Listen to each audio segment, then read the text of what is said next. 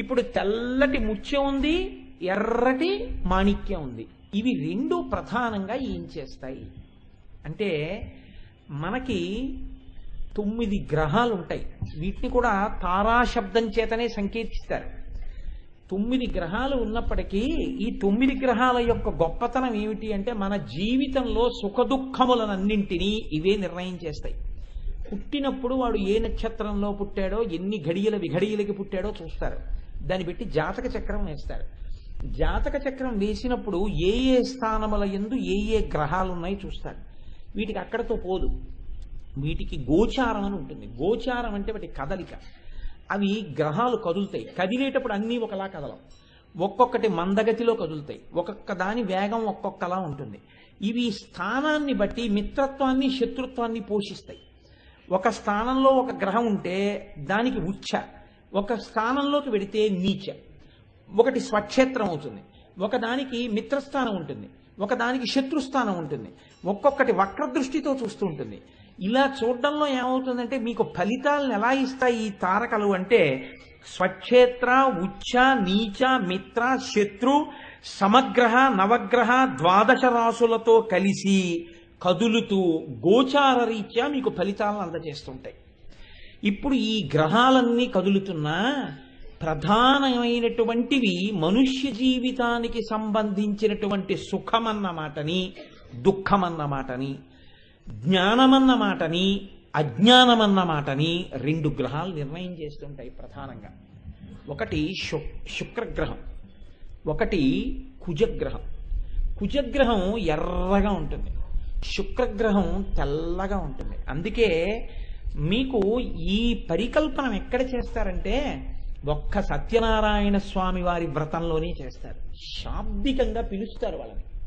నువ్వు ఇలా రా అని పిలుస్తారు. పిలిస్తే ఆయా దేవతలు అలాగే వస్తారు. ఆ గ్రహాలు అవి వచ్చేటప్పుడు ఎటువైపు ప్రదక్షిణం చేస్తూ ఎలా వస్తున్నాయో పిలుస్తారు. ఒక పెద్ద రహస్యం ఇంకొకటి ఉంది. ఏమండి, సరే శుక్రగ్రహం అలా చేస్తోంది అంటున్నారు, బాగుంది. కుజగ్రహం ఇలా చేస్తోంది అంటున్నారు, బాగుంది. మరి ఆయుర్దాయాన్ని నిర్ణయించగలిగినటువంటి గ్రహాలు కొన్ని ఉన్నాయి. ఎందుకంటే శనీశ్వర గ్రహం ఆయుర్దాయాన్ని నిర్ణయం చెయ్యగలదది. అందుకే కదండి కార్తీక మాసంలో నువ్వుల నూనెతో దీపాలెట్టండి, నువ్వుల నూనెతో దీపాలెట్టండి అని ఎందుకంటారో తెలుసా అండి? ఇవాళైతే అది ఛాందసం అంటున్నారు, కానీ ఎందుకు భారతదేశంలో ఇలాంటి ఆచారాలు ఉన్నాయి అని విదేశాలలో శాస్త్రవేత్తలు పరిశోధనలు చేశారు. పరిశోధనలు చేస్తే వాళ్ళు ఒక విషయాన్ని కనిపెట్టారు. కార్తీక మాసం వచ్చేటప్పటికి లోకం అంతా చల్లబడిపోతుంది. ఎప్పుడైతే వాతావరణం అంతా చల్లబడిపోయిందో మీ శరీరంలో ఉండేటటువంటి రక్తనాళములు కూడా సంకోచిస్తాయి, సన్నగా అయిపోతాయి. సన్నగా అయిపోగానే ఏమవుతుందంటే, మీరు తీసుకున్న ఆహారంలో ఉన్నటువంటి కొవ్వు, కొలెస్ట్రాల్, అది గసగసాలంటారు చూసారా, అలా గసగసాలు ఎలా వెడుతుంటాయో అలా వెడుతుంటాయి. అవి అలా ప్రవహించి వెడుతుంటాయి. అవి కొట్టుకుపోతూ వెడుతుంటాయి రక్తంలో. వెడుతున్నప్పుడు ప్రమాదవశాత్తు ఆయుర్దాయాన్ని నిర్ణయం చెయ్యగలిగినటువంటి గుండెకి రక్తాన్ని సరఫరా చేసేటటువంటి నాళముల వంటివి కొద్దిగా మూసుకుని ఉండగా, బాగా సంకోచించి ఉండగా, రాత్రి చల్లటి వాతావరణంలో 2 గసగసాల లాంటి కొలెస్ట్రాల్ పార్టికల్స్ అక్కడికి వెళ్ళాయి అనుకోండి, అప్పుడు మీరు కోపడ్డారనుకోండి, మంచి కోపంతో ఊగిపోయారనుకోండి, అవి ఇంకా కిందకి నొక్కుంటాయి. ఆ నాడులు, ఆ నరం ఇంకా నొక్కుంటే రక్తనాళం, ఇప్పుడు ఈ ఉన్నటువంటి ఈ గసగసాల లాంటి కొలెస్ట్రాల్ వెళ్ళడానికి చోటు లేక అడ్డుపడుతుంది, ఇరుకైపోయింది ద్వారం. ఈలోగా వెనకనున్నటువంటి కొలెస్ట్రాల్ కొంత వచ్చి దీంతో పాటు కలిసిపోతుంది. కలిసిపోతే ఏమైపోతుందంటే, రక్తం అందక మ్యాసివ్ స్ట్రోక్ వచ్చిందంటారు. క్రోధకృత్కర్త విశ్వబాహుర్మహీధర, నీ తన కోపమే తన శత్రువు. ఏమవుతుంది, ఎటువైపు బ్రెయిన్లో పడింది అనుకోండి పెరాలిటిక్ స్ట్రోక్, హార్ట్ దగ్గర పడింది అనుకోండి హార్ట్ స్ట్రోక్.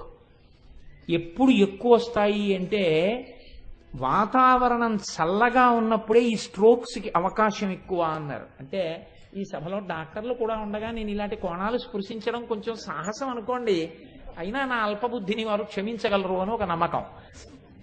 కాబట్టి ఇప్పుడు నువ్వుల నూనె దీపం ఎందుకు పెడతారో తెలుసా అండి? నువ్వులు శనీశ్వర గ్రహానికి ప్రీతిపాత్రం. నువ్వుల నూనె దీపం పెడితే నువ్వుల నూనె దీపం వెలిగించినప్పుడు వచ్చేటటువంటి పొగకి హృదయ గ్రంథి దగ్గర ఉన్నటువంటి కొలెస్ట్రాల్ని కరిగించి లోపలికి వెడుతున్నప్పుడు ఎక్కువగా ఆక్సిజన్ అందేటట్టుగా ఆ రక్తనాళములను తెరవగలిగినటువంటి శక్తి దానికి ఉంది. ఆ నువ్వుల నూనె యొక్క శక్తి చేత వెలుగుతున్న దీపపు పొగకి. అందుకని నూనె దీపాలెట్టండి అని కార్తీక మాసంలో దీపాలెట్టిస్తారు, దీపదానాలు చేయిస్తారు. మన వాళ్ళు పిల్లలకి పెద్దవాళ్ళు చెప్పినట్టు చెప్పేశారంతే. ఎందుకలా అని అడగలేదు, పెద్దవాళ్ళు అంటే గౌరవం అందుకని. కానీ విషయానికి వివరణం కావాలి అంటే ఇవాళ సైన్స్ ఏం చెప్తోందో దాన్నే ఆ రోజున ఋషులు ఆలోచించి విరుగుడు చెప్పారు. అందుకే నేను తరచు ఏమంటానంటే అసలు సైన్స్కి వేదానికి ఎక్కడా వైరుధ్యం లేదు అంటుంటాను. అవి రెండూ ఒక్క విషయాన్ని చెప్తాయి ఎప్పుడూ. కనుక ఇప్పుడు మీరు కొంచెం జాగ్రత్తగా ఆలోచన చేస్తే ఆయుర్దాయాన్ని నిర్ణయించగలిగినటువంటి గ్రహం ఒకటి ఉంది కదా, శనీశ్వర గ్రహం లాంటిది. ఇటువంటి గ్రహం యొక్క అనుగ్రహం లేకపోతే శుక్రగ్రహమును కుజగ్రహం ఏం చేస్తాయి? సుఖము దుఃఖము ఎప్పుడు అసలు ఇది ఉంటే, ఇదే ఊడిపోతే ఇంకా శుక్రుడు చేసేది ఎందుకు, కుజుడు చేసేది ఉంది. అందుకని మరి వాటి విషయంలో అమ్మవారి అనుగ్రహం ఏమి అని అడిగారు. అడిగితే దీన్ని ఎక్కడ విప్పారో తెలుసా అండి? అందుకే నేను అంటుంటాను, అమ్మవారి యొక్క విషయాన్ని అమ్మవారే ఎదురుగుండా నిలబడి చెప్పించింది. ఎవరికి అవి ప్రచోదనమైనవి కావు. అమ్మవారి ఎదురుగుండా నిలబడి తానే అనుగ్రహించి ఈ విషయాలు అవతల వారికి అర్థమయ్యేలా చేసి వారిలోంచి బయటికి వచ్చేట్టు చేసి లోకాలను అనుగ్రహించింది. అప్పుడు మీరు గమనించండి, ఎవరు చెప్తున్నది? అమ్మవారే చెప్తుంది. ఇది మీరు విని వదిలిపెట్టేయండి అంతే. అమ్మవారి ఉపాసనలో పెద్ద రహస్యం ఏమిటో తెలుసా అండి? అమ్మవారి ప్రసన్నమవుతోందని గుర్తు ఏమిటంటే కుంకుమ వాసన ముందొస్తుంది. బాగా కుంకుమ వాసన వచ్చేయడం మొదలెడుతుంది. మీరు కాసేపటికి గమనించి ఏమిటి ఇంత కుంకుమ వాసన అని చుట్టూ చూస్తే ఎక్కడ ఉండదు. లేదా అమ్మవారు అనుగ్రహిస్తే ప్రయత్నపూర్వకంగా అక్కడెక్కడో కుంకం పడినది ఇంత కుంకమైనా అందులోంచి నాసాపుటములు అదిరిపోయే కుంకం వాసన వచ్చేస్తుంటుంది. అంటే అమ్మవారు అక్కడే ఉండి అనుగ్రహించేస్తోందని గుర్తు. ఇది ధ్యానమగ్నులైన వారికి మాత్రమే తెలుస్తుంది రహస్యం. కాబట్టి అమ్మవారి అనుగ్రహం ఒకటి లోకంలో మీరు బాగా జ్ఞాపకం పెట్టుకోండి. హనుమ యొక్క అనుగ్రహం ఒకటి. ఈ రెండు చాలా తొందరగా వచ్చేస్తాయండి, చాలా తొందరగా కనపడతాయి. ఎక్కువ సమయం పట్టదు, చాలా తొందరగా అమ్మవారు అనుగ్రహించేస్తుంది. తల్లే, అమ్మ అమ్మే. మీకు ఇచ్ఛాశక్తి, జ్ఞానశక్తి, క్రియాశక్తులకి సృష్టి మొదలకు ఉండేటటువంటి ఉదాహరణ ఒకటి చెప్తాను. అమ్మవారు ఇచ్ఛాశక్తి, జ్ఞానశక్తి, క్రియాశక్తిగా ఉండడం అంటే పసిపిల్లాడు అమ్మ కడుపులోంచి బయటికి వస్తాడు. వాడికి ఆకలి వేస్తుంది. వాడికి ఏం తెలుసు చెప్పండి? ఏం చేస్తే వాడి కడుపు నిండుతుందో వాడికి ఏమైనా తెలుసా? వాడికి ఏం తెలియదు. వాడికి మాత్రం ఒక్కటి తెలుసు, ఇచ్ఛాశక్తి వాడిలో ఉన్నది. ఆకలేస్తోంది కడుపులో, ఏదో పొయ్యాలి, పొయ్యకపోతే ఇది నిండదు, ఇది నిండకపోతే నాకు బాధగా ఉంది. కానీ భాష వాడికి తెలియదు. వాడిలో ఏదీ లేనితనమని మీరు అనడానికి వీల్లేదు. వాడు ఏడిచాడు ఆకలేస్తోంది కాబట్టి. అంటే వాడి లోపల కోరికుంది, అందుకని వాడు పాలు కావాలి కాబట్టి ఏడ్చాడు. అమ్మ వచ్చింది, పక్కన పడుకుంది, స్తన్యం ఇచ్చింది.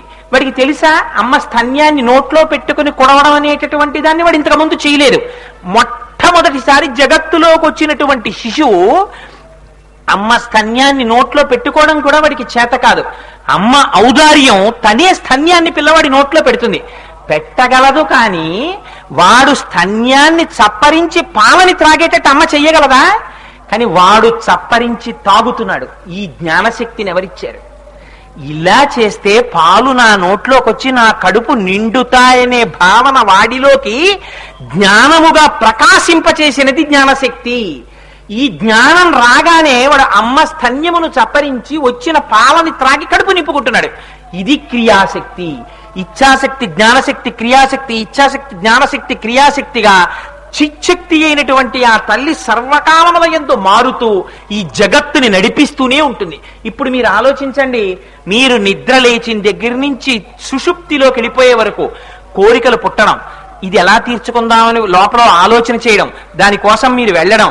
ఇవాళ సాయంకాలం ఏదో కోటేశ్వరరావు గారు సౌందర్యలహరి చెప్తారటండి, సౌందర్యలహరి చెప్తారా, అయ్యో మనం సినిమాకి వెడదాం అనుకున్నాం అనుకుని వద్దు సౌందర్యలహరికే వెడదాం, సినిమా ఏముంది ఉంటుందిట, కాసేపు ఉపన్యాసం విందాం అని భక్తితో మనస్సు లోపల ఒక సంకల్పం చేసుకోవడం, ఒక నిర్ణయానికి రావడం, ఆ తర్వాత క్రియాశక్తి, కాళ్ళు నడిచి రావాలి ఇక్కడికి, అప్పుడే కదా శరీరం వచ్చి కూర్చుంటుంది.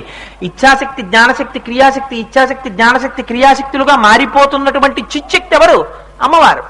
ఆ అమ్మవారు లోపల లేదనుకోండి, ఆ శక్తులన్నీ వెనక్కి వెళ్ళిపోయి ఆత్మలోకి వెళ్ళిపోయాయి అనుకోండి, తాను ఆత్మగా ఉండిపోయాడు అనుకోండి, ఇక బాహ్య ప్రపంచంతో వాడికి ఏమైనా సంబంధం ఉందా?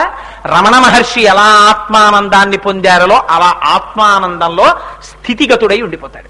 అప్పుడు ఈ శరీరాన్ని తేళ్లు వచ్చి కురికేసాయి అనుకోండి, జిర్రిలు వచ్చి కురికేసాయి అనుకోండి, వాడికి ఏమైనా తెలుసా? వాడికి ఏం పట్టదు, వాడికి అన్నం అక్కర్లేదు, వాడికి నీళ్ళు అక్కర్లేదు, బయట జగత్తుకి శరీరమునకు ఉన్న సంబంధం తెగిపోతుంది. ఇలా తెగిపోయేటట్టు చేసి శివుడిలోనూ కలుపుతుంది, శివుడు తెలియకుండా జగత్తులోనూ తిప్పుతుంది.